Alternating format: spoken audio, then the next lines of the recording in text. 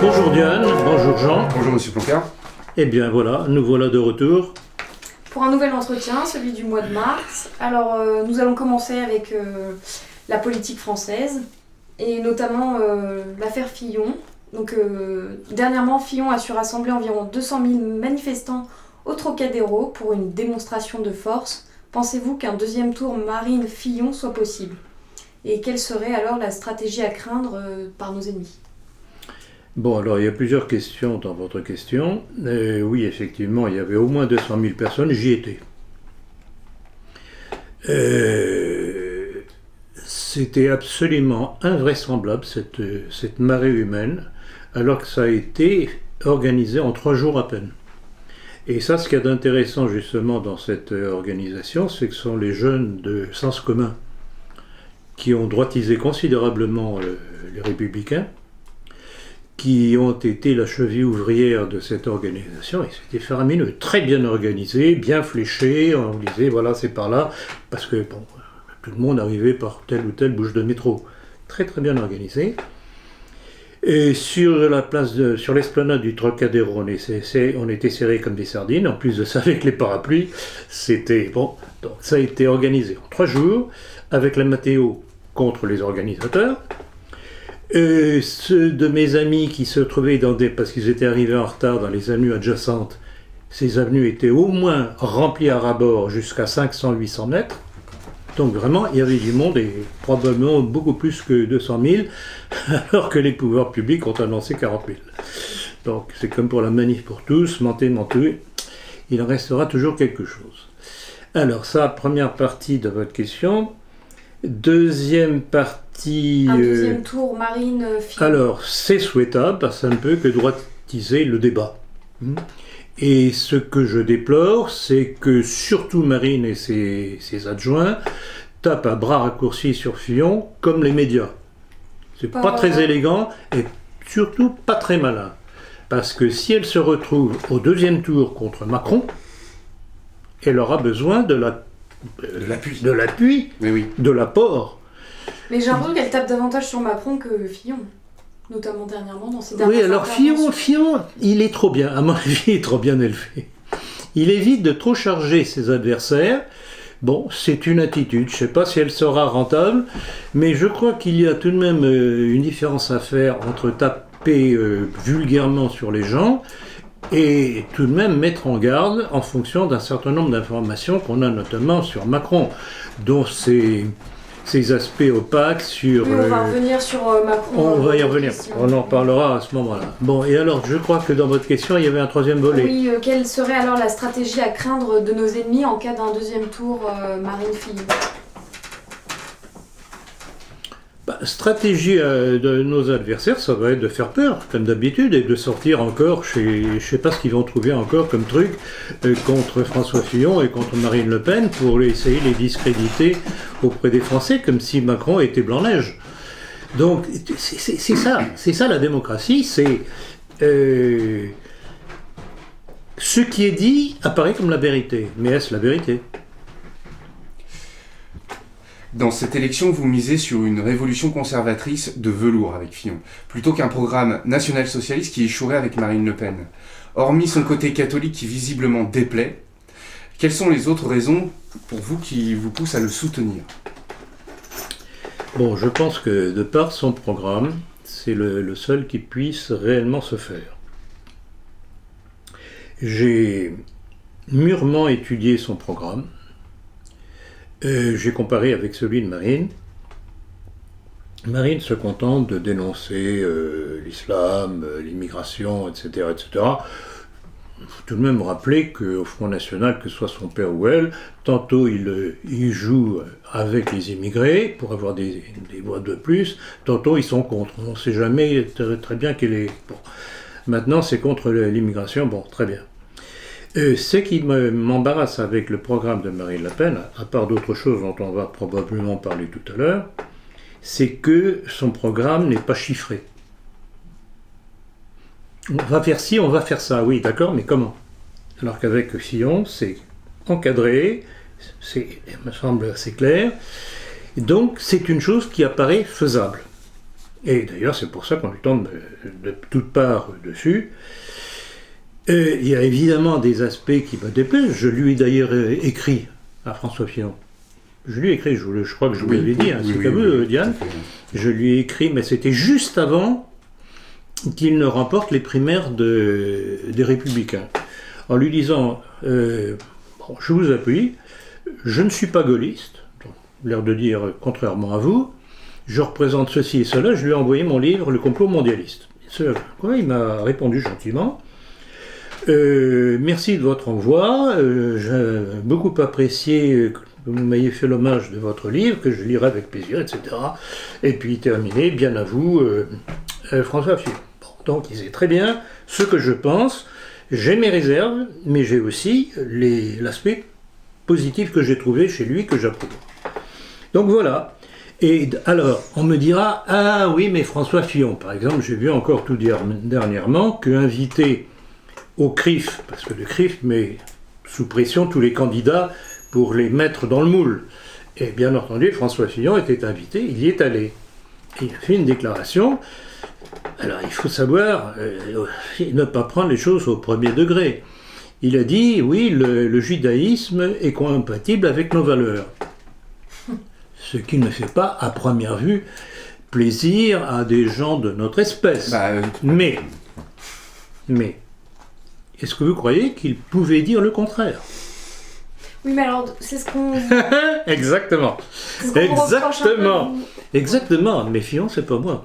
Il y a une expression française qui dit ça fait montrer patte blanche. Oui, alors oui, évidemment. Mais c'est exactement ça. Mais si on prend bien la chose, dans une certaine mesure, il fait de la restriction mentale à la jésuite. Parce que si on prend le judaïsme de l'Ancien Testament avant que le peuple juif le trahisse, effectivement, on peut dire qu'il y a compatibilité. C'est limite, quand même. Mais oui, c'est limite, bien sûr. Mais nous sommes en démocratie, il ne faut pas l'oublier. Avec tout un poids médiatique, je vois très bien ce que vous allez me dire, vous allez me renvoyer à ma fameuse petite phrase. On n'est pas obligé de dire tout ce que l'on pense, mais il ne faut jamais dire quelque chose de contraire à ce que l'on pense. Je répète, mais François Fillon, c'est pas moi. On est un tout petit peu à la limite des principes. On est à la limite des principes. Bon, mais alors, écoutez, il ne faut pas rêver quand même. François Fillon, c'est pas un nationaliste. Oui, puis il est là pour gagner une élection. Pour nous, c'est toujours la même chose. Quelle est la meilleure approche pour nous faire progresser? Est-ce que c'est avec François Fillon ou est-ce que c'est avec Marine Le Pen? Je vais tout de même revenir là-dessus, parce que tout de même un petit peu fort en café. C'est dans le dernier numéro de la politique. Le dernier numéro de la politique, c'est le numéro 183, donc du mois de mars. Maître Gilbert Collard, qui, comme vous le savez, est franc-maçon de la Grande Loge de France, Grande Loge nationale de France, donc invité devant la Confédération des Juifs de France et Ami d'Israël, c'était le 10 février, il a dit ceci: on ne peut pas défendre la France si on ne défend pas les Juifs. Je considère que quand Marine Le Pen dit la France aux Français, vous avez bien entendu, France aux Français, mais c'est la France aux Juifs, a-t-il déclaré. Et je donnais d'ailleurs la référence pour que tout un chacun puisse le voir, et c'était d'ailleurs très amusant quand j'ai balancé ça sur les réseaux sociaux, automatiquement s'affichait la tête de Collard avec la référence et sa déclaration. Vous la voyez. Donc, ceux qui lisaient mon message sur Facebook se rendaient compte que je racontais pas des histoires, que c'était bien ça, facsimilé. Et puis aussi, il s'est vanté qu'il allait procéder au nettoyage de ce qui restait de nationalistes au Front National. Alors, je regrette beaucoup, quand on voit cet homme qui fait partie du Rassemblement Bleu Marine, c'est-à-dire la structure créée par Marine Le Pen en vue des présidentielles. qu'on la voit trimballer partout à travers le monde, notamment au Liban dernièrement. Maître Gilbert Collard, comme si c'était une carte de visite d'introduction. Là, c'est pas une patte blanche. Hein. C'est encore pire que la déclaration de Fillon, je regrette beaucoup. Donc voilà, et la politique, c'est ça. C'est peser le pour et le contre, quelle est la meilleure solution. J'estime que la meilleure solution pour nous, c'est Fillon pour le moment. Alors pour revenir sur le programme, François Fillon, il est essentiellement libéral, enfin, son programme économique est libéral et ne parle aucunement de préférence nationale. Et par ailleurs, Je ne suis pas d'accord. il semble aussi avoir le soutien de Mme Merkel. Non. C'est ce que nous racontent les médias. Non, c'est ce que nous racontent les médias. Non, même pas, parce que j'ai vu l'information. Il est, comme tout candidat... Je lève le pouce le doigt, parce que il a quand même sorti vous avez lu son programme, il a été publié hier ou avant-hier, non? C'est il y a quelques jours. François Fillon ? Le dernier, le dernier en date, les dernières. Oui. Donc il fait expressément mention, en fait, de la sécurité sociale en disant que c'était un véritable éventrement des finances publiques. Évidemment. Et il remet les choses en ordre. Mais bien entendu. Et de là, Marine le taxe d'être d'acquaintance avec notamment AXA et les Pas du tout, d'assurance. mais AXA, le grand patron de AXA est du côté de Macron. Hein? Oui. C'est invraisemblable cette histoire-là. Non, il me semble beaucoup plus cohérent que le programme de Marine Le Pen. Alors, soi-disant que Merkel lui aurait donné son appui, mais Merkel va recevoir Macron. Tout ça sont des salamalek. En fait, si Fillon est allé voir Dame Merkel, dont on connaît les origines. Mais Macron a été reçu aussi à Berlin. Oui, bien, c'est ce que je viens de dire. C'est que, en fait, Fillon était allé là-bas pour voir avec elle quelles seraient les perspectives de négociation au sein de la communauté européenne. Parce qu'ils ne sont pas sur la même ligne. Hein. Vous croyez qu'il y a un Frexit qui est en fait... Alors, il ne va pas le dire, Ouais. mais j'ai vu un certain nombre de ses déclarations, et je vais y revenir, je crois qu'on en avait parlé la dernière fois, c'est à propos de la gestation pour autrui. Il s'était indigné justement que la communauté européenne cherche à imposer ça à la France. Il avait dit, si ça continue comme ça, on sera obligé de sortir de la structure, je crois que c'est quelle est la Commission européenne qui s'occupe de ce genre de choses, on sera obligé d'en sortir.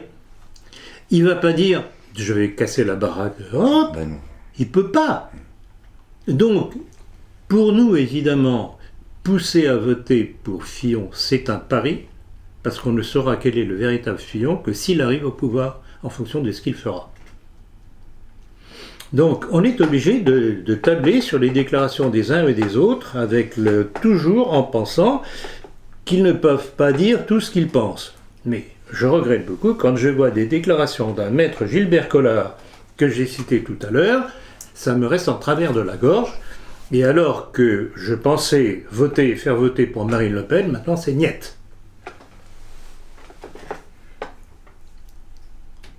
Alors on va passer à la 4e question. Que dire de la défection de plus de 400 élus de son parti? Boutin, Le Maire, Lelouch. Que penser du choix de sa nouvelle équipe, largement sarkozyste, Baroin, Châtel, Jacob? Qu'est-ce que vous en pensez? Alors c'est très amusant ça, parce que vraiment c'est le bal je m'excuse, le bal des faux culs. Ah, c'est magnifique. Alors on les voit quasiment tous partir. Et puis arrive la manifestation au Trocadéro, patatras, plus de plan B possible, et que fait tout ce bon petit monde? Il se rapplique chez Fillon. Alors, mettez-vous à la place de Fillon. Qu'est-ce que vous allez faire? Leur dire, écoutez, vous êtes une bande de fous-culs, foutez-moi le camp, je ne veux plus vous voir. Ou bien il fait semblant de les accueillir comme un bon père qui pardonne. Comme un futur chef d'État. Comme un futur. Et justement, il apparaît comme ayant une carrure de chef d'État comme n'a pas Marine.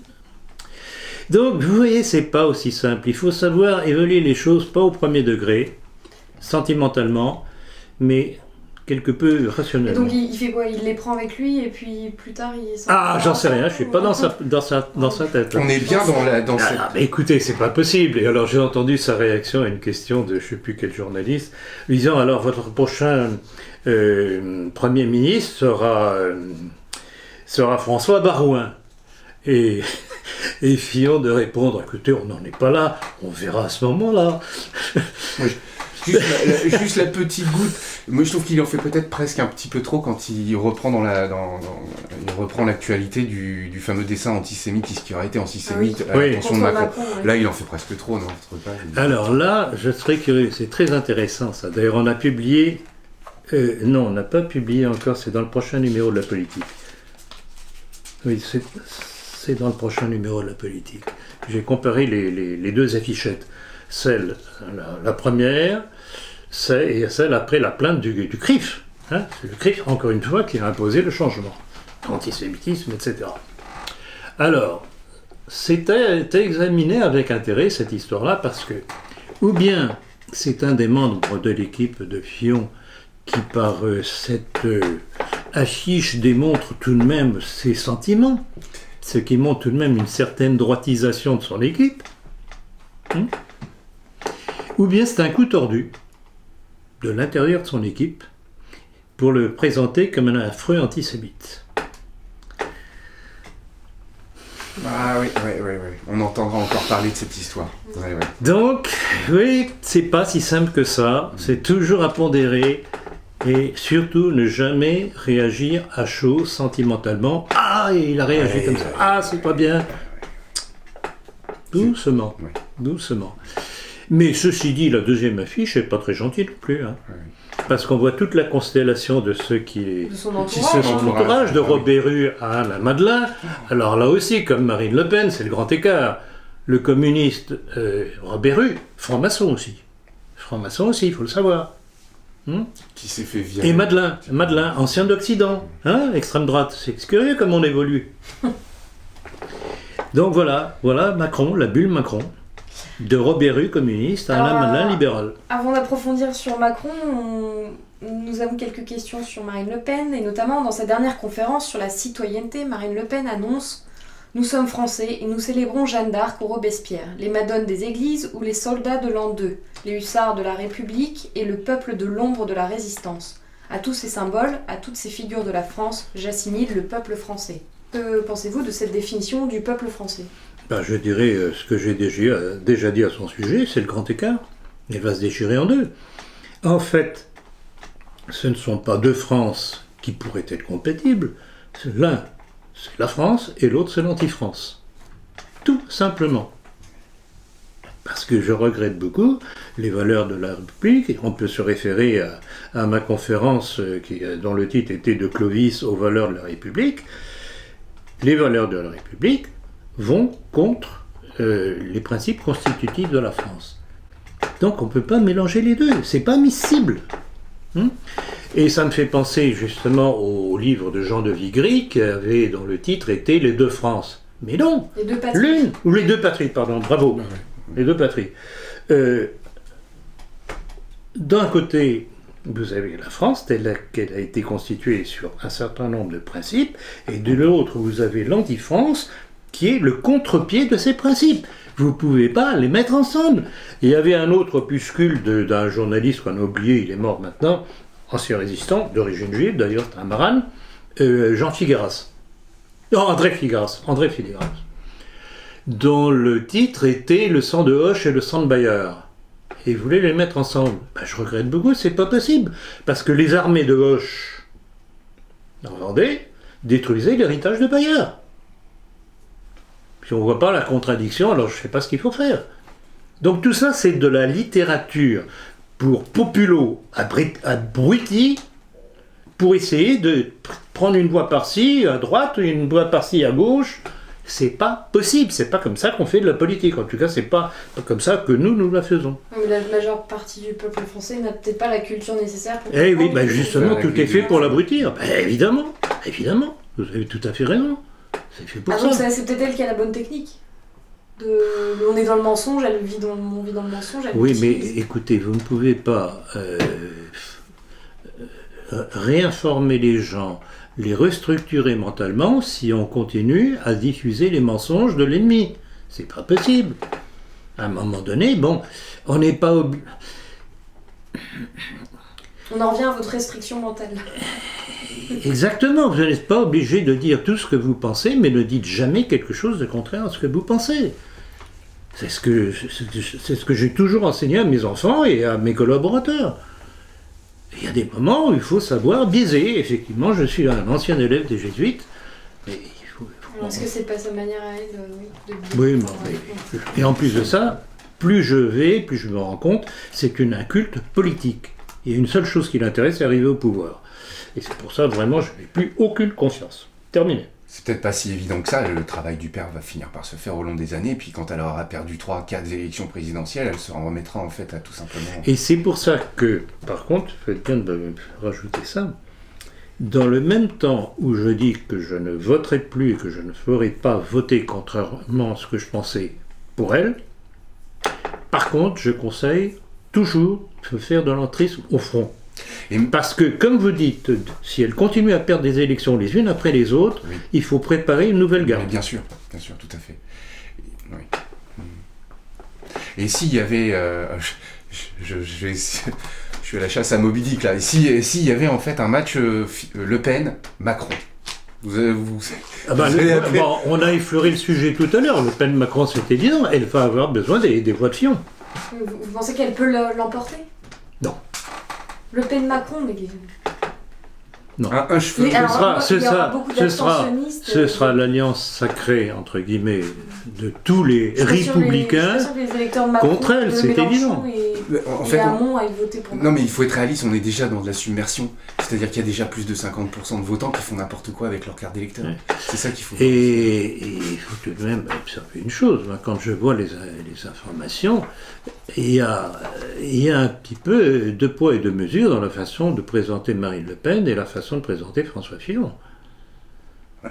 Il pousse Marine Le Pen, visiblement, parce qu'il ne rêve que d'une chose, c'est d'avoir Marine Le Pen et Macron.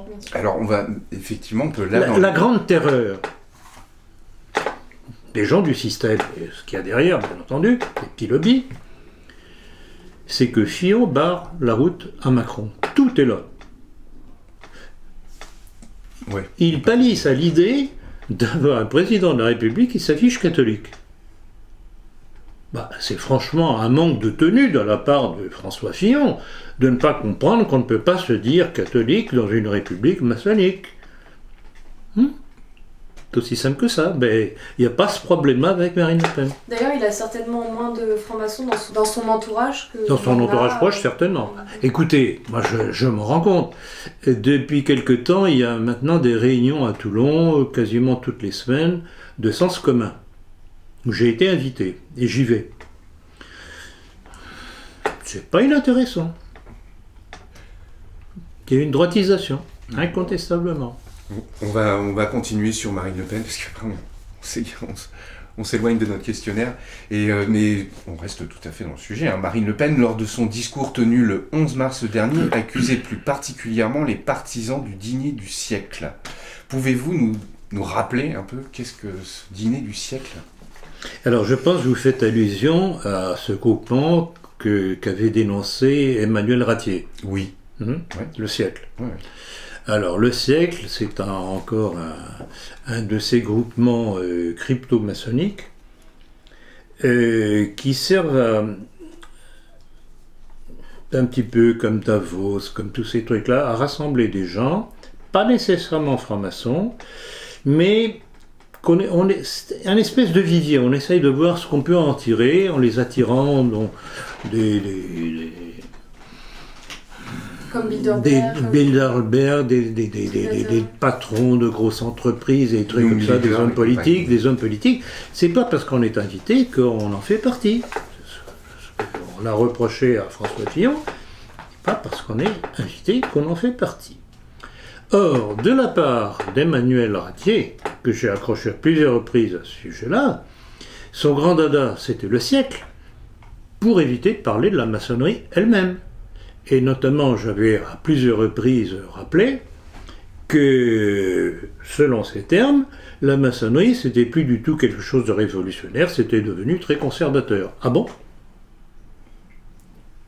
Quand on voit l'équipe au pouvoir, et celle de Sarkozy avant, et avant, et avant, et avant, hein, qui nous ont amenés où nous en sommes aujourd'hui au point de vue politique. Hein. Alors, il faut être sérieux, donc, cette histoire du siècle, la question est bonne, mais je vous dis, c'est une façon de masquer et d'éviter de parler de la maçonnerie. Et puis, elle ne peut pas parler de la maçonnerie alors qu'elle a son compère Collard à côté.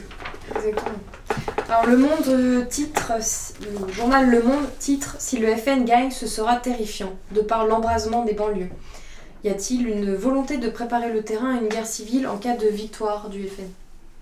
Et c'est pour ça qu'on sent très bien que les médias privilégient plutôt l'arrivée de Marine Le Pen, en tout cas contre Macron, parce qu'elle n'aurait aucune chance, et que si elle gagnait, il table sur le chaos qui s'installera.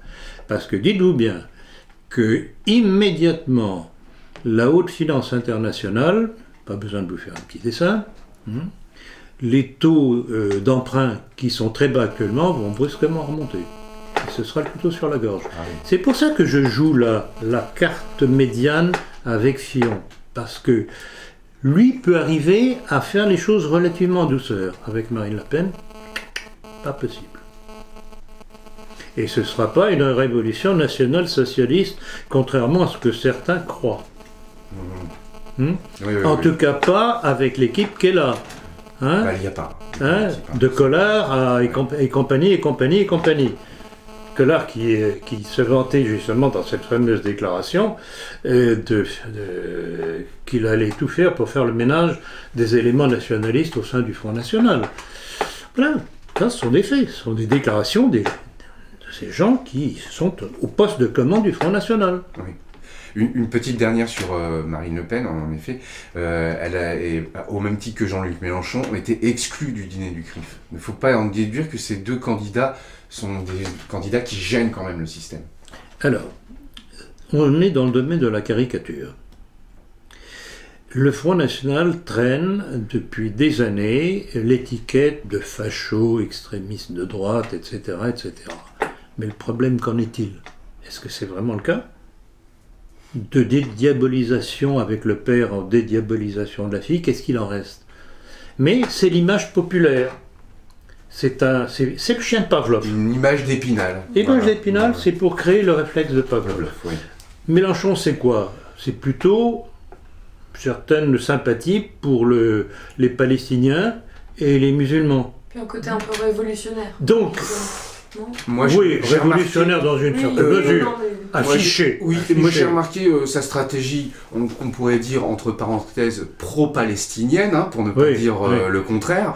Elle est apparue miraculeusement après des élections régionales où il avait pris une débâcle épouvantable, et que c'est là qu'il a commencé en fait à se montrer soutien. Tout à fait. Non, mais tout ça c'est fait de faux semblants. Il faut être très attentif et bien savoir lire entre les lignes. C'est pas toujours évident. Nous allons passer à Emmanuel Macron, Macron hué par des pieds noirs, des harkis, des militants du FN lors de son meeting de Toulon. Il n'a rien trouvé de mieux que de leur répondre « Je vous ai compris ». Que vous inspire cette réponse très gaulliste et plus généralement la réaction des manifestants face aux propos de Macron sur la colonisation de l'Algérie ? Alors, vraiment, non seulement... c'est un personnage qui a l'appui de tous nos ennemis,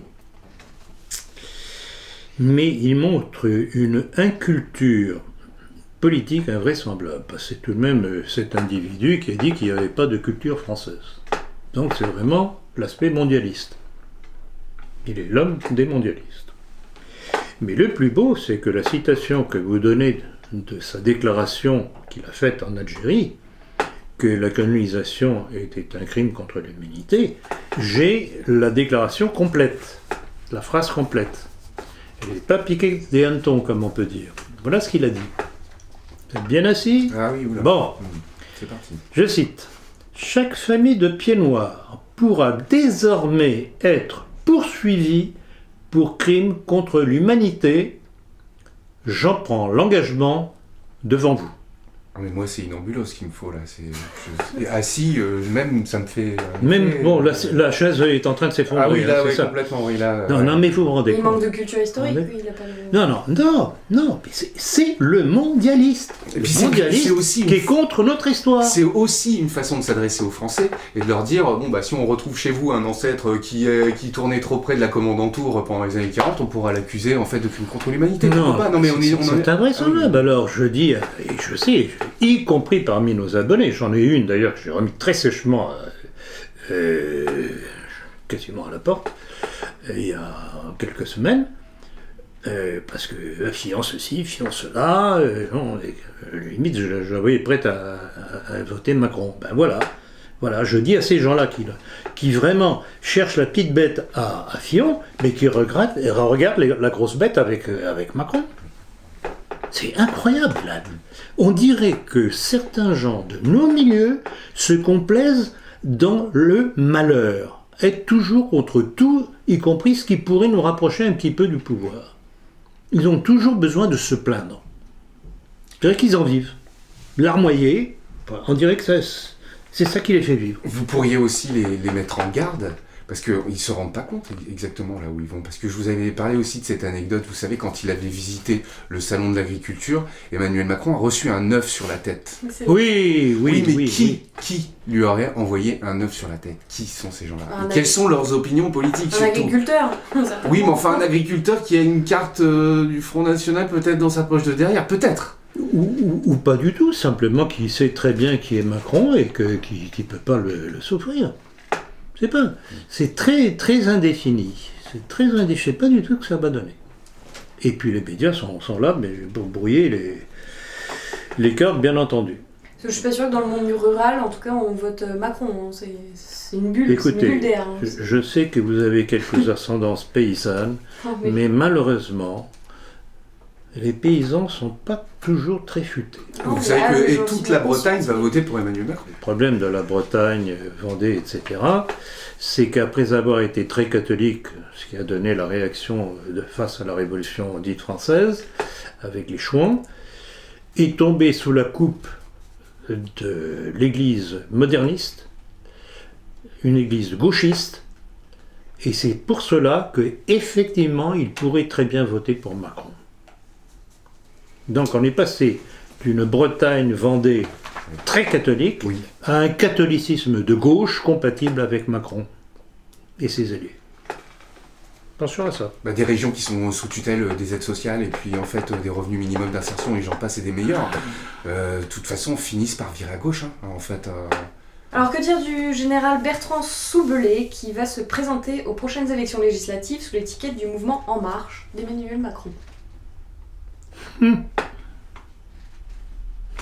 On l'aime bien en cercle nationaliste, le général Soubelet.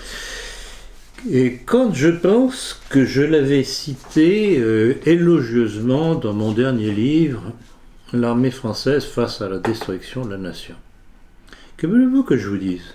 Même apparemment le meilleur ne vaut rien. C'est épouvantable.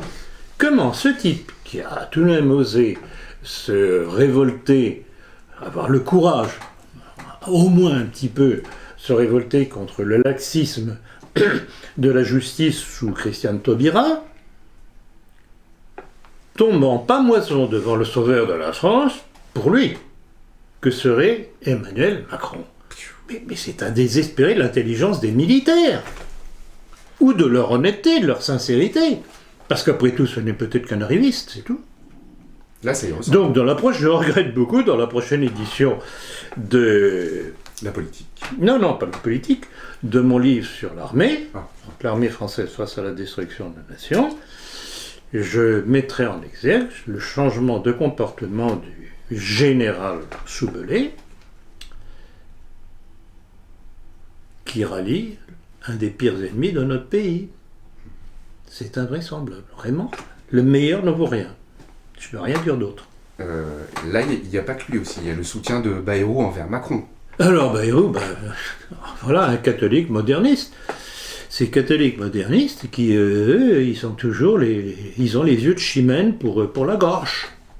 Pour la gauche. Et vous savez que Bayrou, quand Fillon avait fait sa fameuse déclaration « Je suis catholique et je revendique, et puis vous m'emmerdez », c'est ça que ça voulait dire, avait reproché à Fillon, avait enjoint à Fillon de mettre son catholicisme dans la poche. Je le cite à peu près de mémoire, mais ça correspondait à ça. Oui. Ça correspondait à ça. Donc voilà.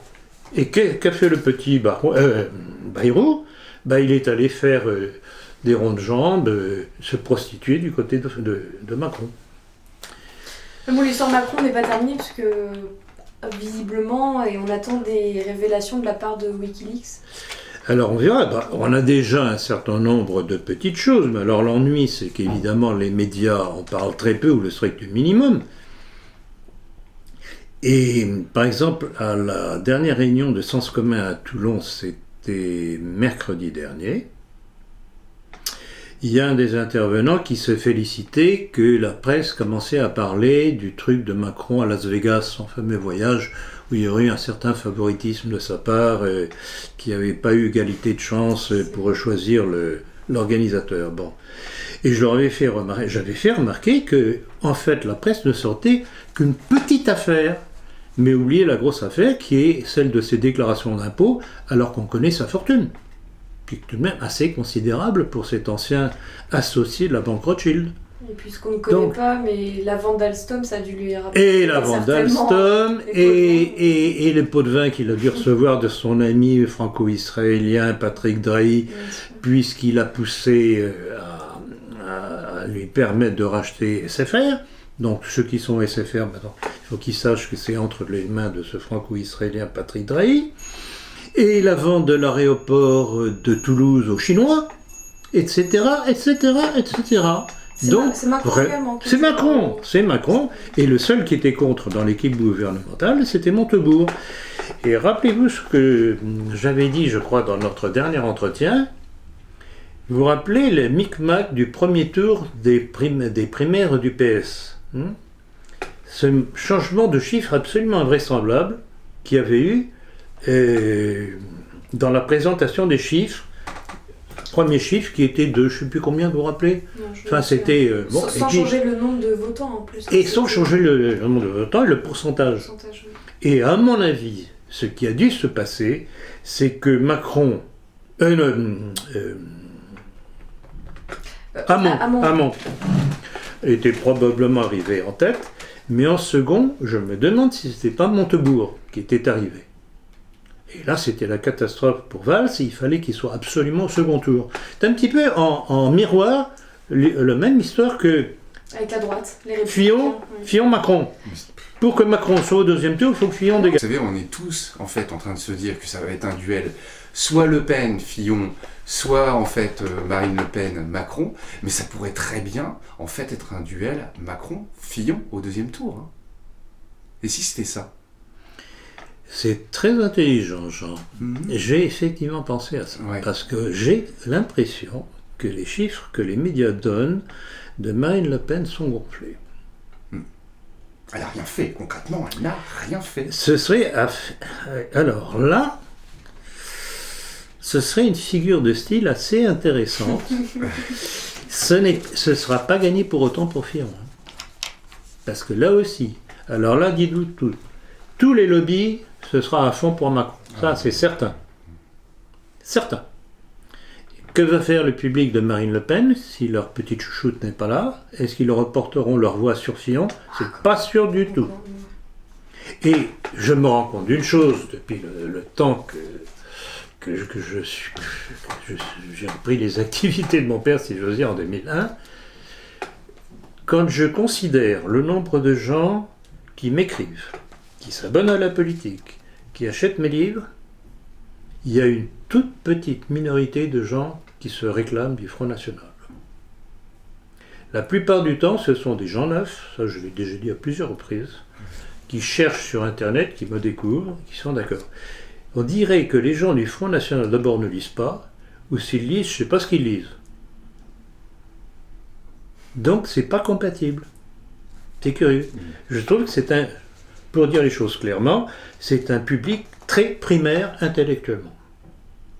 Qui réagit, c'est du contre, anti-immigration, anti-islam, Oui, voilà, et puis en fait on leur et met surtout sioniste. et on leur met des slogans dans la bouche, on est chez nous, ça Voilà, veut voilà, rien c'est tout. dire, Ça c'est veut rien dire. triste, Ça mais veut rien c'est- dire.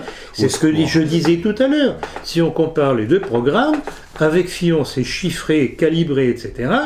Avec Marine Le Pen, c'est simplement des incantations. Moi je suis désolé, excusez-moi, à 45 ans, je me vois pas aller dans un public, dans une fosse, aller crier on est chez nous, c'est vraiment Ça sert à de rien. stupidité sans De nom. toute façon, ce n'est pas un programme, ça. Bon, même si on ne peut pas tout dire, il y a tout de même un minimum qu'il faut dire pour être crédible. Alors passons à François Asselineau, qui est un revenant dans la course présidentielle. Pourquoi? À votre avis, cher ami, à votre avis, ben c'est très intéressant de voir comment il réémerge, effectivement. Alors, qui est François Asselineau?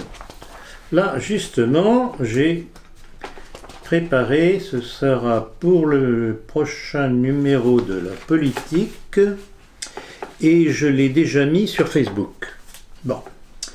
Donc, François Asselineau, président de l'UPR, pour lui, c'est une déclaration récente de lui, l'immigration, le grand remplacement, le mariage homosexuel, l'euthanasie, la franc-maçonnerie sont des sujets secondaires qui ne doivent pas être abordés. Citation. Alors, on cause de quoi? C'est qu'il n'aurait pas compris. Ouais.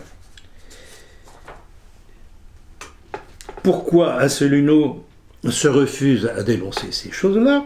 Il faut rappeler que son épouse est une franc-maçonne. Bon, alors on pourrait dire petit étage. Non, non, non, non. Grande maîtresse de la Grande Loge féminine de France. Oui, Qui est l'une des pires, vous disiez la dernière Qui fois. est une des pires. La Loge féminine de France est l'une des pires, des plus fermées.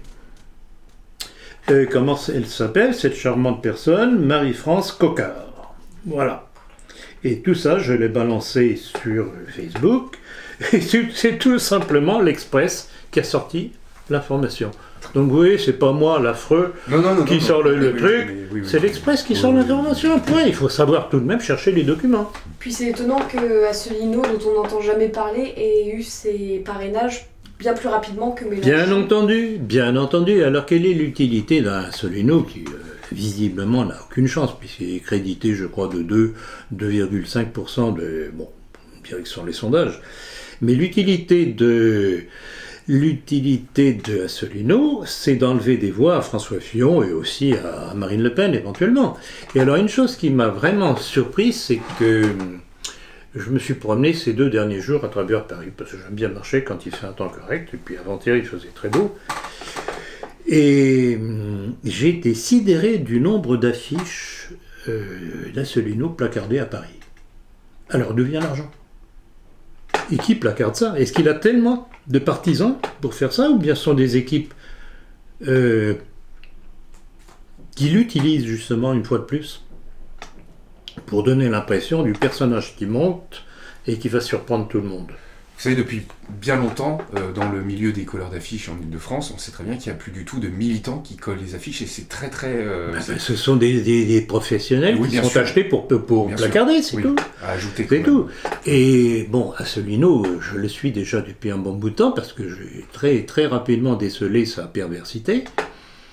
Et je sais par un certain nombre d'anciens de ses fans que, régulièrement questionné par différentes personnes qui appartenaient à son parti, sur la maçonnerie, il peut régulièrement touche. Alors bon, on pourrait me dire, bon, on n'est pas obligé de dire tout ce qu'on pense, etc. Mais enfin, avec ces déclarations que j'ai citées, l'immigration, le grand remplacement, le mariage homosexuel, l'euthanasie, la franc-maçonnerie sont des sujets secondaires dont il ne faut pas parler, ça me semble assez clair, ça explique le personnage. Ouais.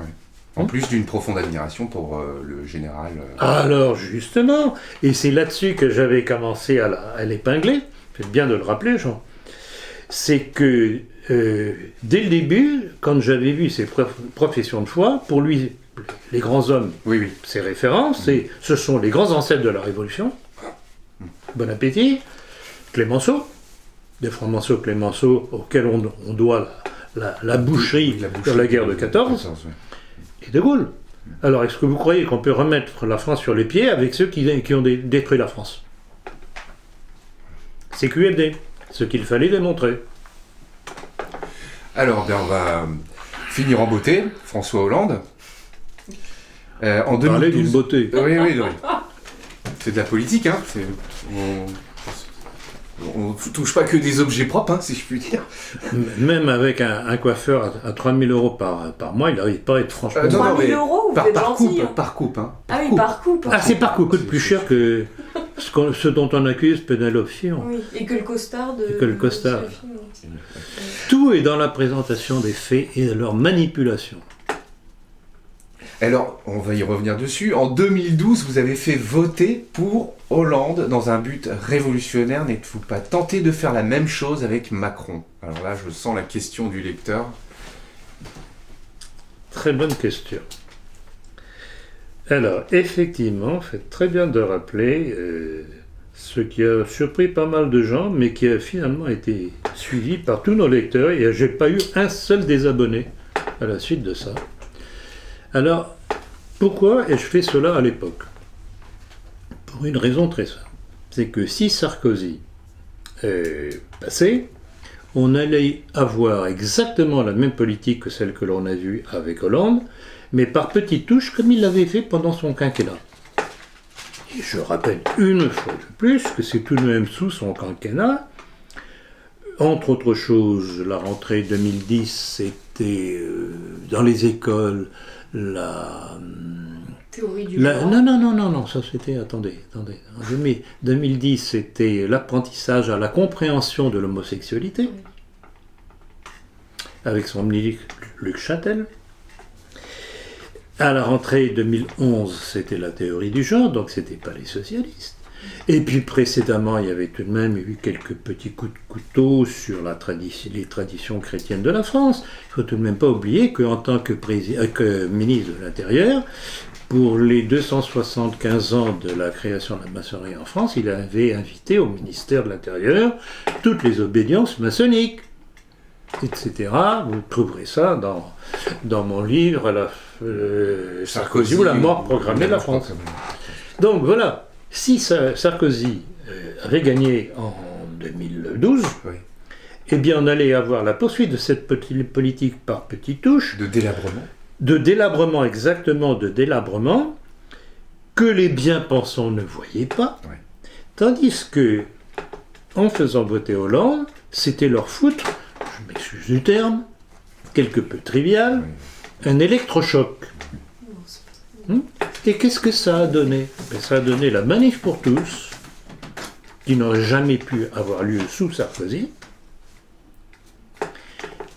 qui est vraiment d'une duplicité rare, et cette manif pour tous qui a donné origine aux jeunes à Sens commun, qui est une droitisation des Républicains avec Fillon.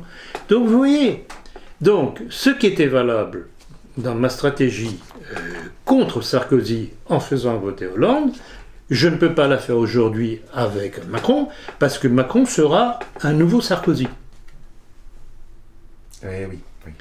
À la fois un nouveau Sarkozy et en même temps une reprise de la politique de Hollande, donc le parfait masque. Le parfait masque. C'est un Giscard, en quelque sorte, qui arrive à plier... C'est tout. C'est du Giscard, c'est du Sarkozy et c'est du Hollande. Et tous les lobbies qui sont derrière. Donc, vous voyez, la question est excellente, mais la situation n'est pas la même. Alors, nuance. Oui. Souhaitez-vous dire un mot sur l'affaire Théo, le soutien que Hollande lui a apporté et les manifestations violentes qui suivirent? Alors, c'est une histoire très curieuse. En tant que médecin, j'étais un petit peu surpris, là. Ce malheureux qui a été sodomisé avec un bâton de police. Oui, mais en fait, le compte-rendu médical annonce quand même des lésions qui sont oui, mais alors, qui a produit ces lésions? Apparemment un policier. Attendez. Il est reconnu tout de même comme ayant été un dealer. Et apparemment, il a eu quelques petits problèmes. Et alors, est-ce qu'on ne lui aurait pas donné une leçon entre dealers? Et que peut-être cette bande de dealers, pour emmerder, je m'excuse du terme, la police, aurait eu cette idée de faire porter le chapeau par la police?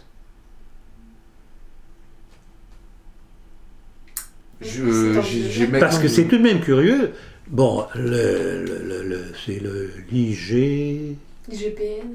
l'IGPN, oui, a blanchi les policiers. Oui, puis en plus, le trafic, il est cadré. Alors, effectivement, pour en revenir à ce que vous disiez, de qui est-il le fils? Oui. D'un ministre de l'Environnement, je crois, du Congo.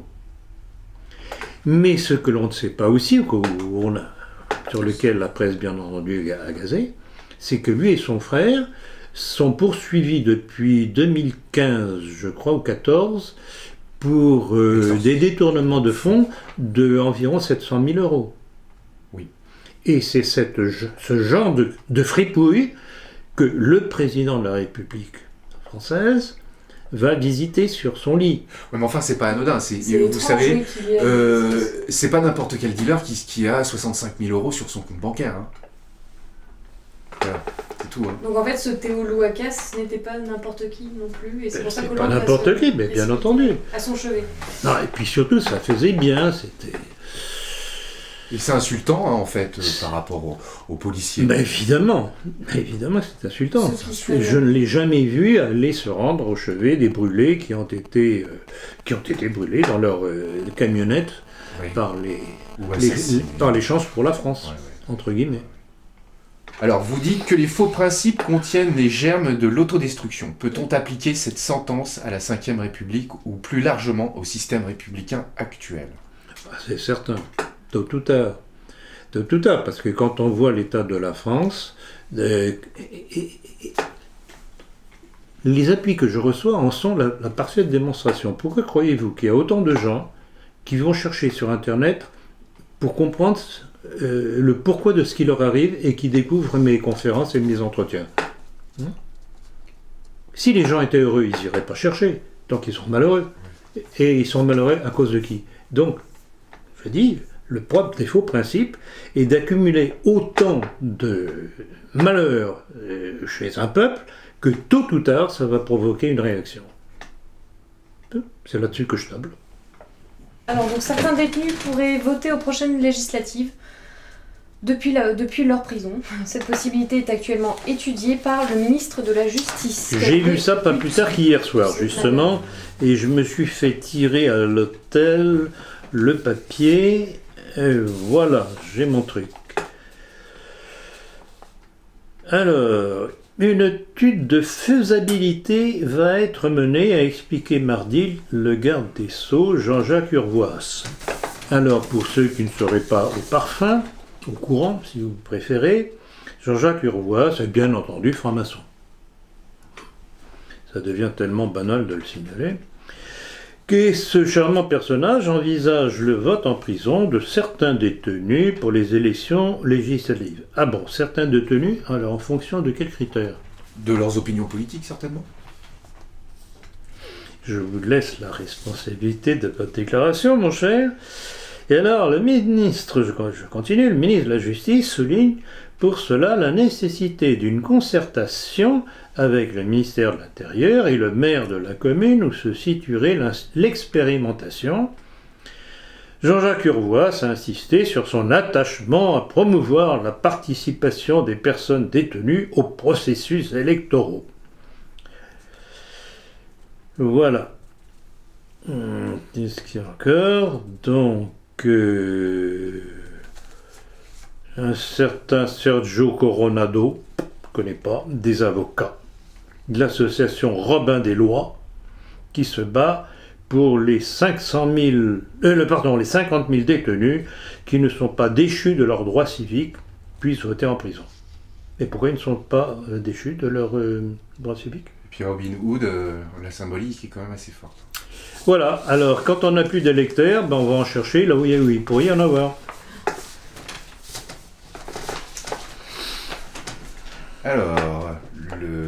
Alors, le décès de François Belin, président du syndicat agricole du FNSEA, est mort. Souhaitez-vous revenir sur son parcours? Ça ne m'a pas fait pleurer. C'est le type même d'apparatchik,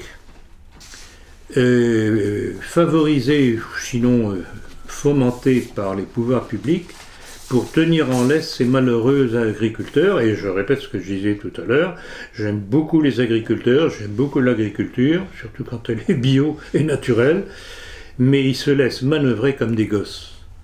Et ce Belin était vraiment là pour les faire défouler à coups de manifestations qui ne servent à rien, aller foutre des tonnes de céréales ou de fruits ou de ceci ou de cela ou de fumier devant les préfectures, ça ne sert à rien. Ils iraient bloquer le ministère de l'Agriculture ou l'Élysée, etc.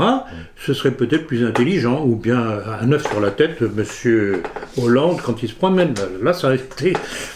Il n'y a pas été. Il n'y a pas été, ça aurait été une émeute s'il s'était rendu au salon d'agriculture. Enfin, Mais je crois qu'il y a été. Il y a été. Il y a été. Oui. Ah oui, un matin à 6h du matin. Il y a été, mais on ne nous a pas dit la vérité. On ne nous a pas dit la vérité. Il s'est fait bousculer, huer. Oui. Il s'est sifflé et tout. Encore plus violent que la précédente. Non. Et là, on nous a dit le contraire. D'ailleurs, je me rappelle, on dit contrairement à l'année dernière, ça a été plus calme. Et ce sont des menteurs comme c'est pas porté, ces médias. Mais, petite anecdote. Au Trocadéro, je venais juste d'arriver avec un de mes amis et je vois se pointer une équipe de BFM TV.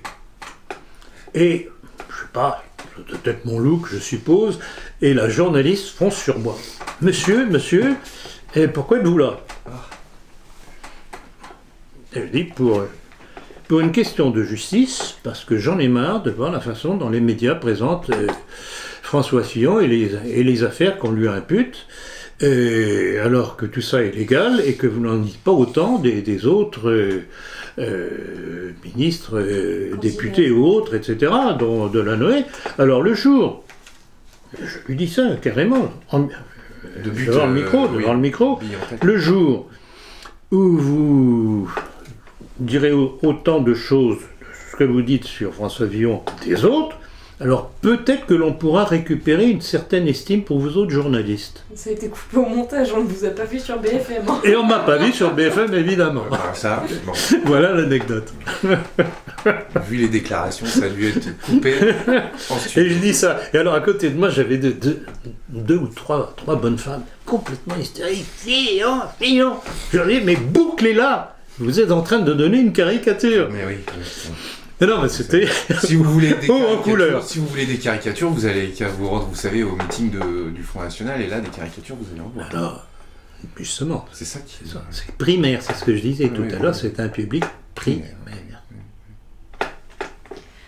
Plus d'une femme sur deux confrontée à une grossesse dite non désirée utilise Internet pour s'informer sur leur santé. Dorénavant, la loi sanctionnera le fait d'empêcher ou de tenter d'empêcher de pratiquer un avortement ou de s'informer sur une IVG par tout moyen de communication ou public, y compris en diffusant ou en transmettant par voie électronique des allégations dans un but dissuasif sur les conséquences médicales d'une IVG. Ça, c'est donc la loi qui vient de passer. Donc, Dixit Le Monde du 16 février. Donc, une victoire pour le planning familial et les associations de défense du droit des femmes. Droit des femmes. Le monde. Le droit de détruire les femmes. L'immonde. Le droit de détruire les femmes. Alors, il n'y a rien de nouveau sous le soleil, là, encore une fois. C'est la suite de la répression qui s'est faite déjà depuis quelques décennies. Et je voudrais rappeler, par exemple, l'action du docteur Dor, qui allait faire du sitting, comme on dit, devant les cliniques pro-avortement, et qui se faisait remballer par la police. Quelque peu brutalement. Donc il n'y a rien de nouveau, c'est la poursuite. Et je voudrais revenir sur une chose, je ne sais pas si on en avait parlé dernièrement, c'est que le docteur Dor avait été invité dernièrement à Radio Courtoisie par un certain Henri Lesquin. Et le docteur Dor, ayant eu l'outrecuidance de dire que tout ça c'était la maçonnerie qui était à la manœuvre, il s'était fait remballer comme un malpropre par Henri Lesquin, lui disant « Vous dites n'importe quoi, ce sont des chimères, etc. etc. » Tout ça pour rappeler, entre autres choses, qui est M. Henri de Lesquen. Donc vous voyez, il est évident que les milieux maçonniques, et toute cette ligue de gauche, du centre, et libéraux aussi, sous la coupe de la maçonnerie, c'est une destruction de la société qu'ils veulent. Et comme disait Simone Weil, rappelez-vous la citation de Simone Weil que j'ai donnée, c'est... Laquelle, l'avortrice ou... Oui. Ah non, l'avortrice, exactement. C'était dans le Times de Londres en 1975, je crois, dans lequel elle disait, par le biais d'une loi, vous pouvez modifier complètement le comportement de la femme et de la société. C'est dans mon livre La maçonnerie, c'est dans mon livre Évolution de la société ou complot contre la société. C'est une déclaration fondatrice qui explique le pourquoi des choses, de ce qui nous arrive. Donc voilà. Donc ces gens ont pour obsession, c'est une destruction de la société. À ciel ouvert. À ciel ouvert. Alors, on va passer en fait à l'actualité en Europe, plus généralement. Un mot sur la défaite du nationaliste hollandais Geert Wilders. Oh là là, cher ami, je ne dirais pas nationaliste. Entre guillemets. Oui, alors là, il faut savoir ce que c'est que le nationalisme d'abord. Geert Wilders, je ne le revendique pas du tout comme étant des nôtres. Juste conservateur, quoi. Même pas, non, c'est bon, disons, le terme populisme va mieux avec tout ce que cela comporte de fumée autour. Ouais. Alors, ce qu'il faut savoir, c'est que Geert Wilders fait partie justement de tous ces pseudo-populistes européens qui mettent tout l'islam dans le même sac et qui en fait ont une politique sioniste. Alors, l'histoire de la défaite de ce nationalisme, comme vous dites, c'est encore un exemple de la manipulation médiatique. Parce que si on observe bien les choses, on a commencé par nous promettre une victoire carabinée de sa part, et quasiment l'arrivée au pouvoir, et puis patatras, apparemment, il n'a gagné que 2 sièges. Donc là, c'est la parfaite manipulation, ce qui permet de dire « Ah ben voilà, on a réussi à faire barrage au nationalisme et à l'extrême droite. » Mais c'est pas de l'extrême droite, ça. C'est du contre, c'est toujours du contre. Ce sont des gens qui ne se définissent que par rapport à contre l'islam. Mais c'est pas suffisant, ça. D'abord, l'islam, vous savez ce que j'en dis. Il y a islam et islam. Ouais.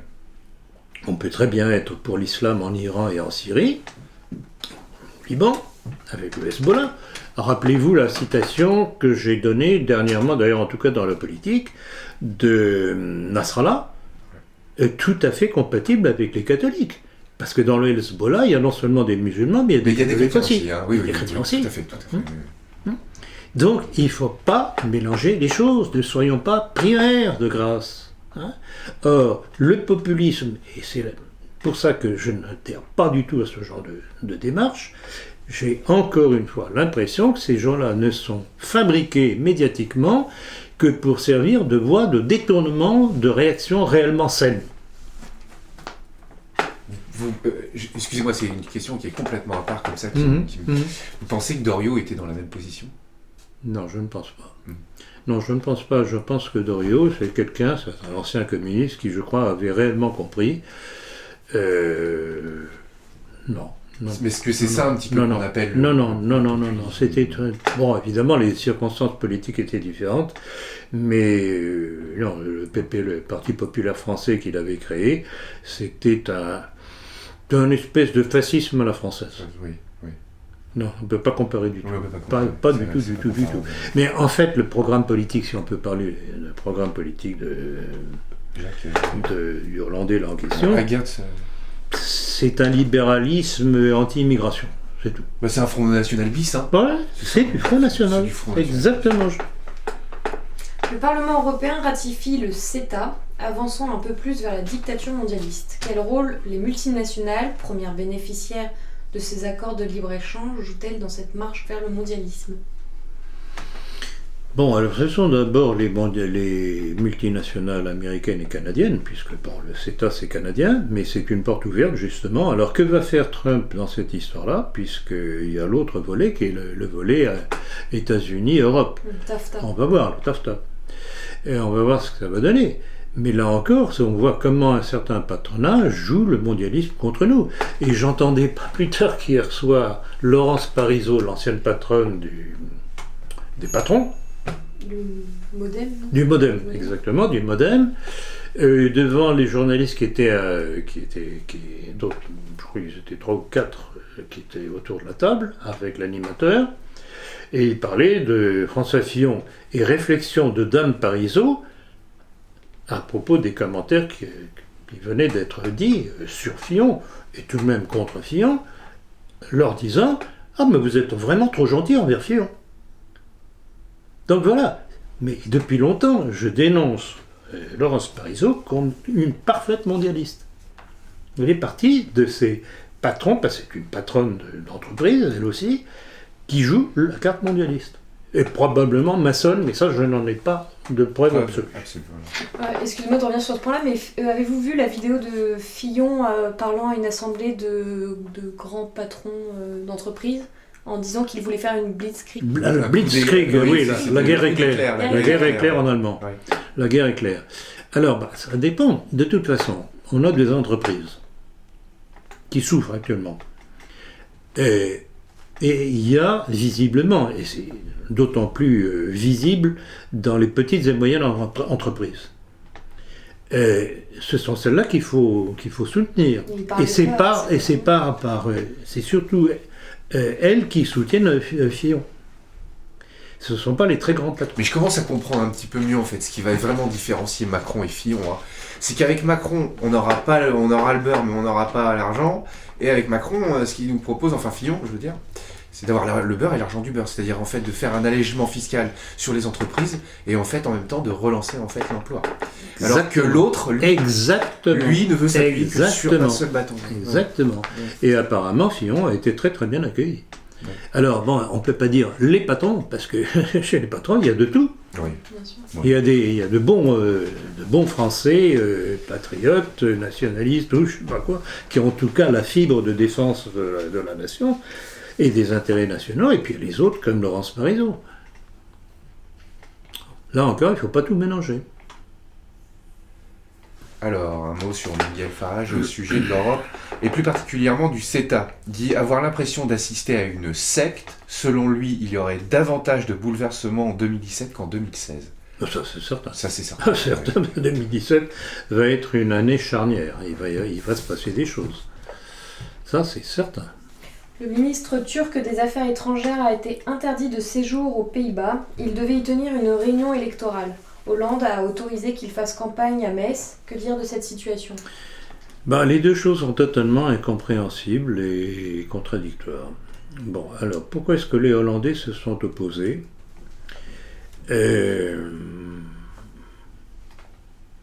J'ai tendance à penser que c'est parce que Erdogan s'étant rapproché de la Russie, les Hollandais qui sont tout de même très pro-européistes et atlantistes, c'était pas Erdogan, c'est pas leur tasse de thé. Oui. Alors pourquoi est-ce que Hollande a autorisé par contre leur venue en France? C'est que c'est toujours la même chose, la duplicité de la politique française entre le monde islamique et le monde juif. Alors on se donne des gages tantôt d'un côté, tantôt de l'autre.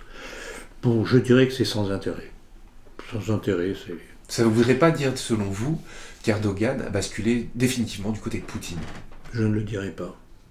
Je ne le dirais pas. C'est un personnage très complexe.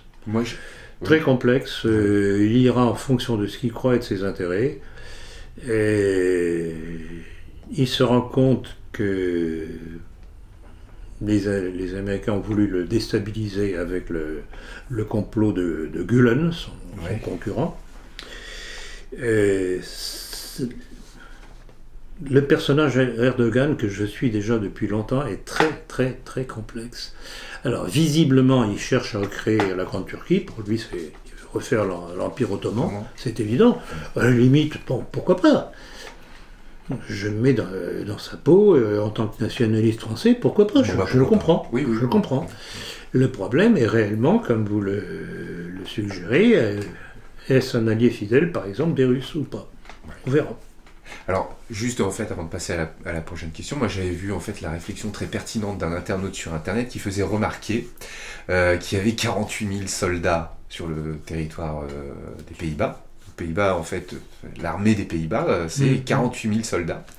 Il y a 400 000 ressortissants turcs aux Pays-Bas. Donc, on imagine la situation.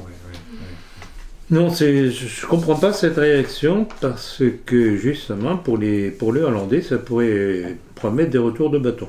C'est pas bizarre. Maintenant, qui a donné l'ordre aux Hollandais de ne pas accueillir Erdogan? Ça pourrait être les Américains tout simplement. Ouais.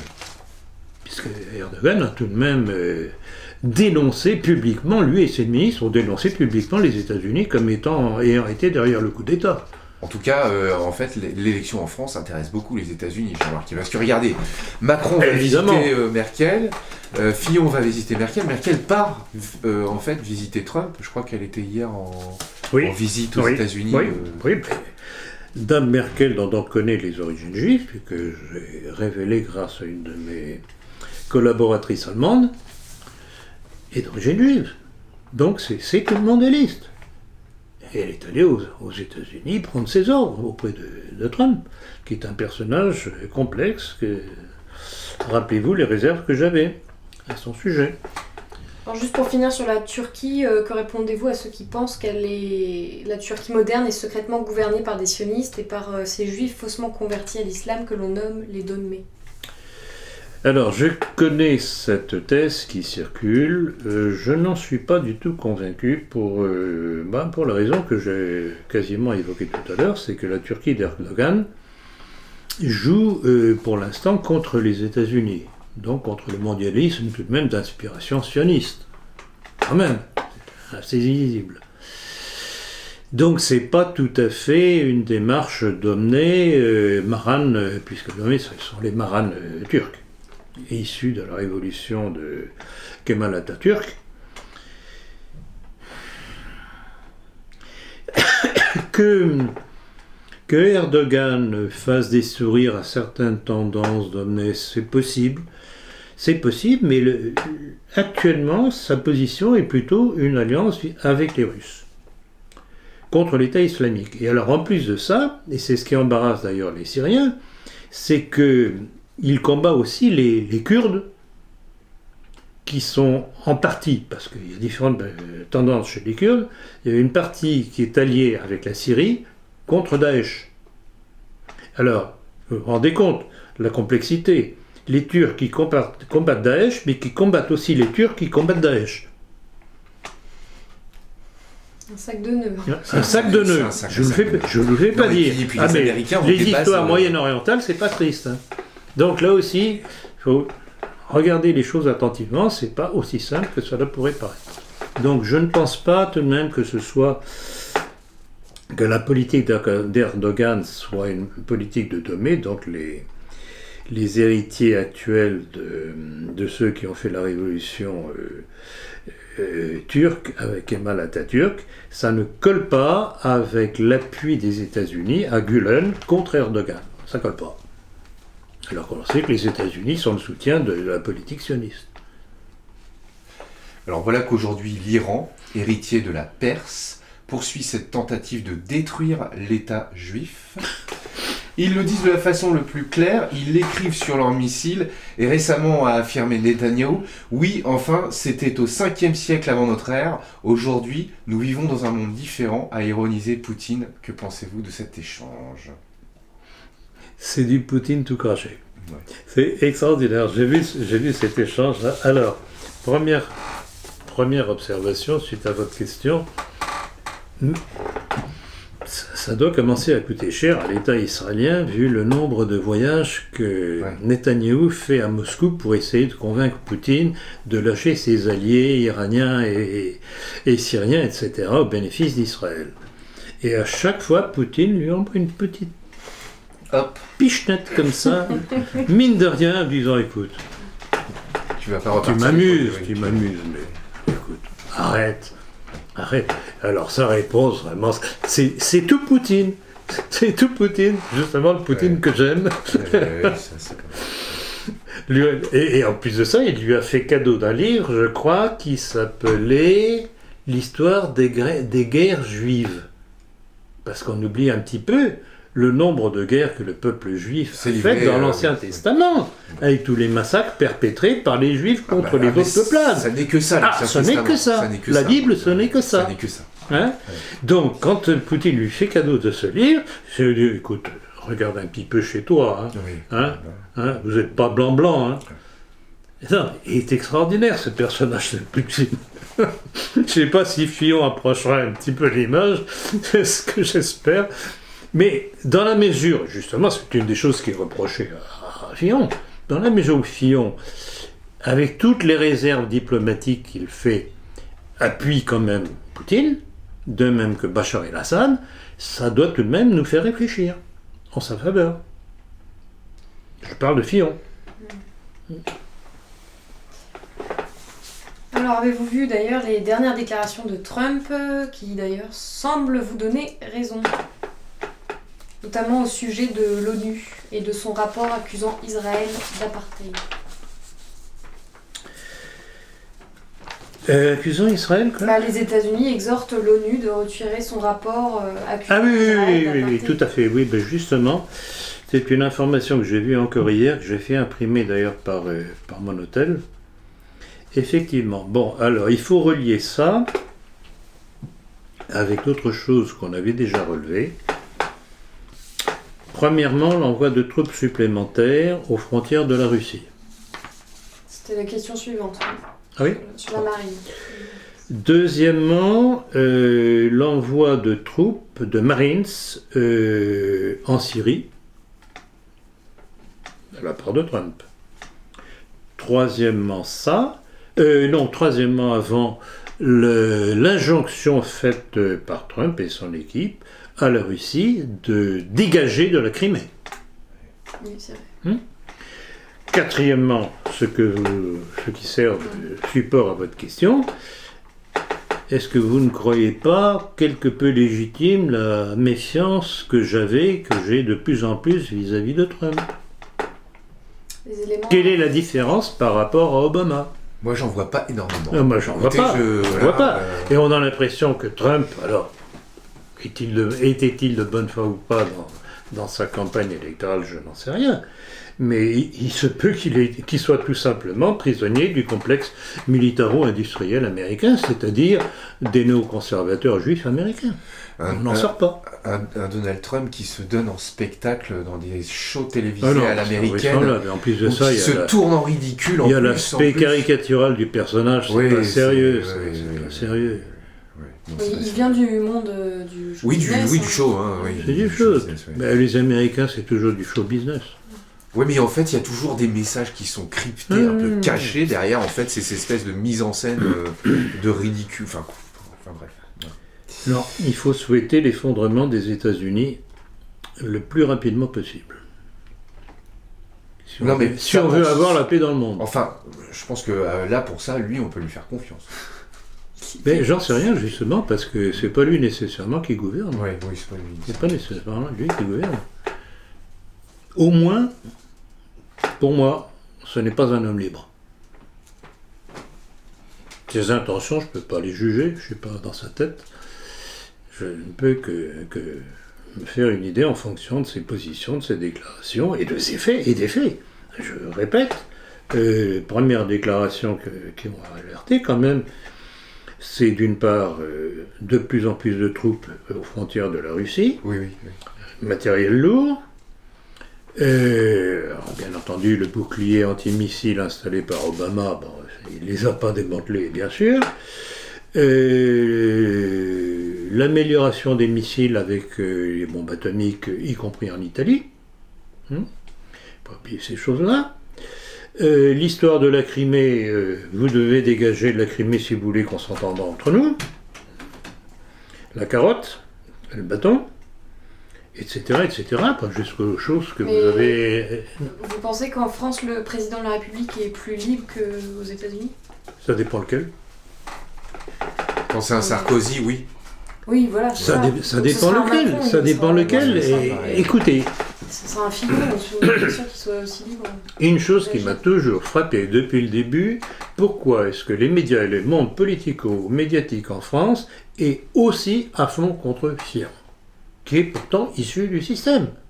Oui, pourtant. C'est que le système N'en veut pas. ne le reconnaît plus comme un des leurs. C'est aussi simple que ça. Donc voilà, c'est ça qui m'intéresse. D'accord, une fois admettons, il accède au pouvoir, est-ce qu'il n'aura pas aussi les mains liées comme les Trump Mais ma chère Diane, oui. je n'en sais rien. On fait avec ce que l'on a en fonction de ce que l'on sait. L'avenir, je suis pas Madame Soleil, on verra bien. On verra bien, mais l'impression qui se dégage de lui, c'est que vraiment, il aime son pays et qu'il voudrait le remettre d'aplomb. Le pourra-t-il? Avec qui? On n'en sait rien. Voilà. Excusez-moi, juste une dernière petite question au niveau des actualités internationales. Et c'est vraiment en prolongement de ce que vous disiez tout à l'heure. Que pensez-vous de l'envoi de Marines en Syrie sous le prétexte de détruire Daesh? Ben, je crois que je viens d'en Oui, parler. oui. Hein. Je viens d'en parler. Ben, Ça justement. s'ajoute au- Mais les Américains ne veulent pas lâcher le morceau. Sous prétexte de combattre Daesh, qu'ils ne le combattent pas. Ouais. Hein, parce que si les Russes n'étaient pas arrivés, ben, Alep n'aurait jamais été libéré. Et pourtant, soi-disant, les Américains bombardaient. Ils bombardaient qui? Les civils, principalement. Et ils bombardaient les troupes de Bachar el-Assad. Assad aussi, oui. Voilà. Oui. Puis en fait, pour dire qu'après, c'était des plans de Donc vol tout qui- ça, ce n'est que faux semblant de la part de la politique américaine. Et Trump, apparemment, ne va rien y changer. Je livre ça à la réflexion de tous ces naïfs, pour pas dire de gros mots, et ne pas être trop méchant avec eux, de nos milieux, qui a Trump le nouveau Messie. On verra combien de temps ça va durer. Ouais, bon, je crois qu'on sait déjà. Hein. Alors passons aux questions à l'aspect religieux de l'actualité. Le mouvement espagnol Podemos veut supprimer la messe du dimanche à la télévision. Qu'en pensez-vous? Bon, alors, ce qu'il faut savoir, c'est que Podemos est un mouvement d'extrême gauche anarchiste. C'est un vieux réflexe qui a été un des moteurs d'ailleurs de la guerre civile espagnole en 1936 contre les troupes nationalistes du général Franco. Et ce qui avait été curieux, ça j'y ai déjà fait allusion, c'est que déjà à cette époque-là, on voyait une dualité entre les anarchistes et le Parti communiste espagnol. Bon, l'ennemi était commun pour les deux, mais ils se bagarraient entre eux parce que les anarchistes sont des anarchistes, c'est une réaction, mais c'est pas constructif. Alors que le communisme peut être constructif dans le mauvais sens, mais il y a des règles, etc. Donc, et alors, derrière cet aspect anarchiste, cette attaque régulière contre tout ce qui est catholique, qu'est-ce qu'on trouve une fois de plus? La maçonnerie. Oui. Et le judaïsme. Car, et c'est comme au Portugal, et comme malheureusement beaucoup de pays en Europe, on ne se rend pas compte du rôle de l'imprégnation juive marane, notamment en Espagne et au Portugal, mais aussi en Italie, aussi en France et ailleurs. Oui. On ne se rend pas compte. Et c'est pour ça qu'il faut bien faire attention à cet élément-là. Ce que nos rois avaient tout de même compris, tout au moins certains d'entre eux, quand soit ils leur coupaient les vivres, soit ils leur disaient maintenant vous dégagez. Il y a un problème. Et ce problème-là, on ne l'a qu'avec le peuple juif. 4 années après le début de son pontificat, le pape François serait en pleine tempête. Les réformes qu'il souhaite entreprendre sont très contestées au sein du Vatican. C'est vrai. C'est vrai, il y a incontestablement actuellement, bien qu'on n'en parle pas beaucoup, une levée de bouclier. Une fronde peut-être. Et une fronde, tout à fait, une fronde, c'est le bon terme. Et j'ai relevé, c'est dans le dernier numéro de la politique, oui, sous le titre de coup d'État au Vatican. C'est donc dans le dernier numéro de la politique, numéro 183. Coup d'État au Vatican, et en fait ce sont des catholiques traditionnalistes américains autour de la revue Remnant qui sortent la chose que la mise à l'écart de Benoît XVI a été téléguidée depuis les États-Unis par Obama et Clinton. Oui. Et rappelez-vous l'éditorial que j'avais fait à l'époque de la mise à pied, enfin oui, la mise à pied c'est vraiment ça, de Benoît XVI, et le titre c'était « Ils l'ont eu ». Oui. Et pour petit rappel quand même, ce qui m'avait attiré l'attention, c'était en 2013, Ouais. janvier 2013, on avait appris brusquement que la Banque d'Italie avait cessé d'accepter les transactions entre la Banque Vaticane et la Banque d'Italie. Oui, c'était un chantage. C'était un chantage. Et à quelques jours de là, on apprenait que Benoît XVI donnait sa démission. Ouais. Et le lendemain de l'annonce de cette démission, on apprenait que les relations économiques entre la Banque d'Italie et la Banque Vaticane étaient rétablies. Et c'est pour ça que j'avais titré mon éditorial « Ils l'ont eu ». Vous l'avez Donc- bien, vous en avez parlé dans la politique, il me semble. Hein. Oui, bien sûr, c'était l'éditorial de numéro de l'époque, c'était dedans. Ouais. Et j'y fais allusion d'ailleurs, je crois, dans le dernier C'est, numéro. 3e ou 4e page, il me semble. Oui, c'était dans le numéro de la politique, numéro 138, mars 2013. D'accord. Mars 2013. Donc ceux qui ont la collection, qui étaient déjà abonnés à l'époque, eh ben, ils peuvent se référer à ce que je disais à ce moment-là. Donc c'est absolument typique. Benoît XVI était considéré trop conservateur, avait remis quelque peu de l'ordre dans les idées de l'Église, et il ne convenait pas. Donc, dehors. Yad Vashem met en demeure la société Amazon de retirer les livres révisionnistes de ses ventes. Merci. C'est toujours la même chose. Le CRIF, c'est la conscience de la République. C'est pas le CRIF là, c'est Yad Vashem. Hein, donc Oh, Yad Vashem, oui. Yad bon, Vashem. c'est- Oui. oui. Alors en plus, donc, du coup, c'est en direct de Jérusalem. Oui, bien sûr, mais oui. Gouvernement étranger. Gouvernement étranger. Donc qui Et gouverne la Amazon France? Qui gouverne la France? Oui. Bon. Et c'est Amazon France seulement ou c'est Amazon C'est Amazon international? général. Ouais. Amazon général. Facebook s'était fait épingler comme ça aussi, hein, de Quoi la même façon. Oui, bien sûr, tout à fait. Et donc, très justement observé, Diane, que ça vient de Jérusalem. Donc c'est un gouvernement étranger qui impose, en tout cas pour la France, la branche française d'Amazon, l'interdiction de vendre des livres révisionnistes. Alors qu'est-ce que c'est qu'un livre révisionniste? Ben, c'est d'abord un livre d'histoire. Oui, parce que c'est la Qui, base- la base qui de fait une l'histoire. analyse d'histoire. Moi, j'ai le livre de Fourisson, de Robert Fourisson, qui est un excellent livre. C'est clairement dit. Et il faudrait tout de même savoir que Fourisson, c'est quoi? C'est pas quelqu'un d'extrême droite, il vient de l'extrême gauche. Oui. C'est un professeur, un professeur d'histoire ou de lettres, je ne Oui. me rappelle plus exactement, qui un jour, voulant faire un cours pour ses étudiants, se met à étudier les documents sur la dernière guerre mondiale et qui tombe sur une série de contradictions. Bon, je ne vais pas rentrer dans le révisionnisme. Oui. Et cet homme-là se dit, mais il y a quelque chose qui ne colle pas là. Oui. Et il se met à chercher, étudier, et d'où il arrive à son livre Mémoire des forces. Et c'est un livre écrit par quelqu'un de gauche. J'en regrette beaucoup. Donc voilà, comment un gouvernement étranger peut faire pression sur une entreprise de distribution de livres en France. Qui gouverne la France? Là, en l'occurrence, Jérusalem. Hmm? En l'occurrence, là, c'est Jérusalem. Jérusalem, bien entendu. Mais c'est plus connu que j'ai. Jérusalem sur Seine, comme ouais. rappelez-vous, la petite Anne Hidalgo qui avait Oui. fait la journée Tel Aviv sur Seine. Tel Aviv sur Seine. Bravo.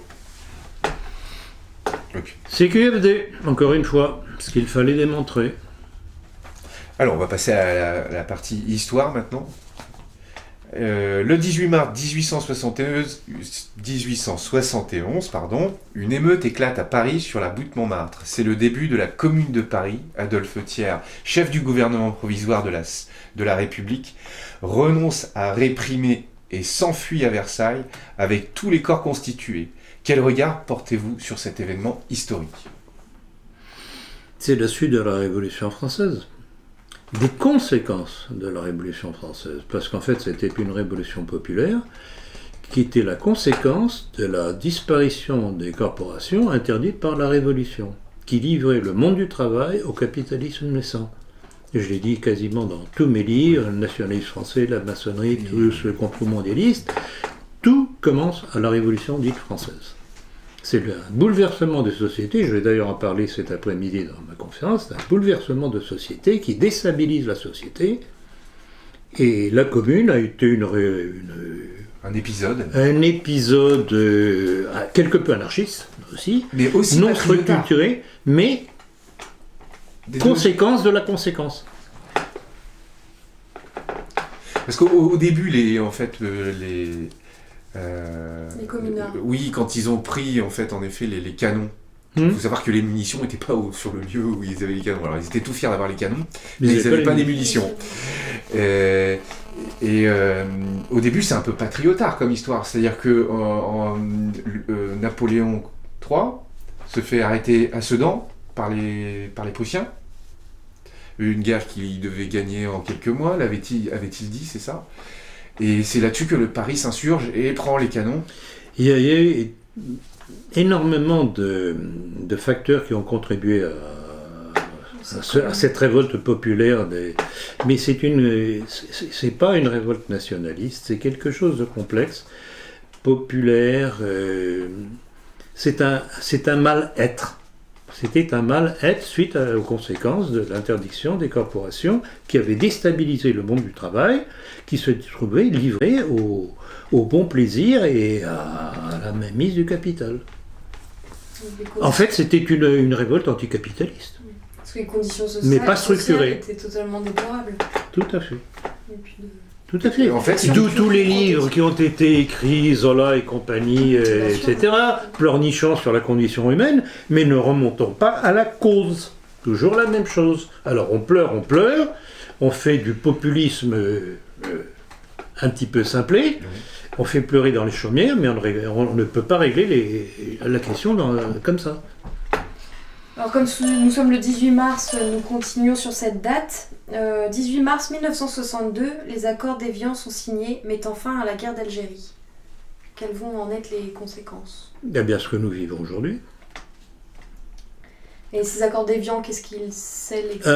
Alors, les accords d'Évian, Cette entre guerre, autres choses, ils livraient l'Algérie au FLN, avec les massacres des Pieds Noirs et des musulmans fidèles. Il livrait au nouveau pouvoir algérien marxiste, parce que le FLN était quand même marxiste, il faut le savoir, le Sahara et le pétrole du Sahara que nous avions mis en valeur. Voilà, les cadeaux de Gaulle gratuits à l'Algérie. Et le problème, c'est que malgré ces beaux cadeaux, et tout ce qu'on leur avait laissé, eh bien, le peuple algérien n'est pas heureux, se trouve obligé pour survivre de venir en France chez l'affreux colonisateur. Voyons. Merci de Gaulle. Voilà. Mon prochain opuscule d'ailleurs sera sur De Gaulle, qui sera une suite de ma conférence que j'ai faite Il y a un mois. Ah non, De Gaulle ça C'était en ça remonte mars 2016, je crois. J'accuse. c'est dès l'année dernière en tout cas, je ne me rappelle plus quel mois. J'accuse, c'était pas Oui. essentiellement. C'était sur le faux patriotisme gaulliste. Il y a deux choses, il y a J'accuse aussi, où je suis revenu, parce qu'en fait, je pense que vous avez compris ma tactique, je reviens régulièrement, comme un rouleau compresseur. Quand on veut tasser les terres, on fait passer Plusieurs Rouleau. fois. rouleau compresseur. Ah. Et si on veut écraser l'adversaire, il faut passer justement le rouleau compresseur à plusieurs reprises dessus. Alors, c'était de vous dire un peu sur votre dernier livre, notamment pour les internautes qui souhaiteraient commander.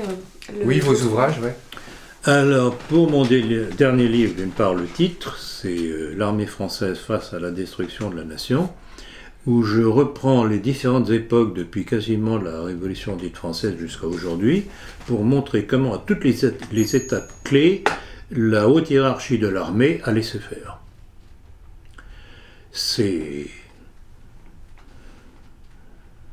laissé faire aux ordres de la République, et toujours ma petite phrase au sujet de cette haute hiérarchie, que obéissant aux ordres de la République, il croit encore servir la France. Eh bien non. On en voit le résultat. Des générales sous Belay, etc. Voilà. etc. Alors effectivement, s'ils veulent commander ce livre, ben, c'est très simple, c'est comme pour les autres livres. Il faut écrire à la Société de philosophie politique, boîte postale 30 030, donc 30 030, à 83 952, Lagarde, CEDEX. Et je dois dire que à la fois par nos conférences, entretiens, les réseaux sociaux, tous ceux qui me découvrent par hasard, et vraiment c'est le cas par hasard sur Internet, à cause des conférences et entretiens, il y a la vente régulière des livres. Et je vais bientôt être obligé de prévoir des rééditions de la maçonnerie, du complot mondialiste, du nationalisme français. Oui, c'est un travail, c'est comme un coureur de fond. Le sprint, c'est bien gentil, mais on ne tient pas longtemps la cadence. Ouais. Il faut savoir tenir dans la durée. Et rien ne se fait de solide sans durée. Et bien sur ces bonnes paroles. Bonnes paroles. Merci Ah oui. pour les bonnes paroles. Merci à vous Diane, merci à vous Jean. Merci Monsieur Plancard. Et puis à cet après-midi. Rendez-vous au mois prochain. Rendez-vous avec les internautes le mois prochain pour l'entretien. Et puis nous allons procéder cet après-midi à la conférence La démocratie, l'escroquerie démocratique. Et avec l'actualité, vraiment je crois que le titre n'était pas trop mal choisi.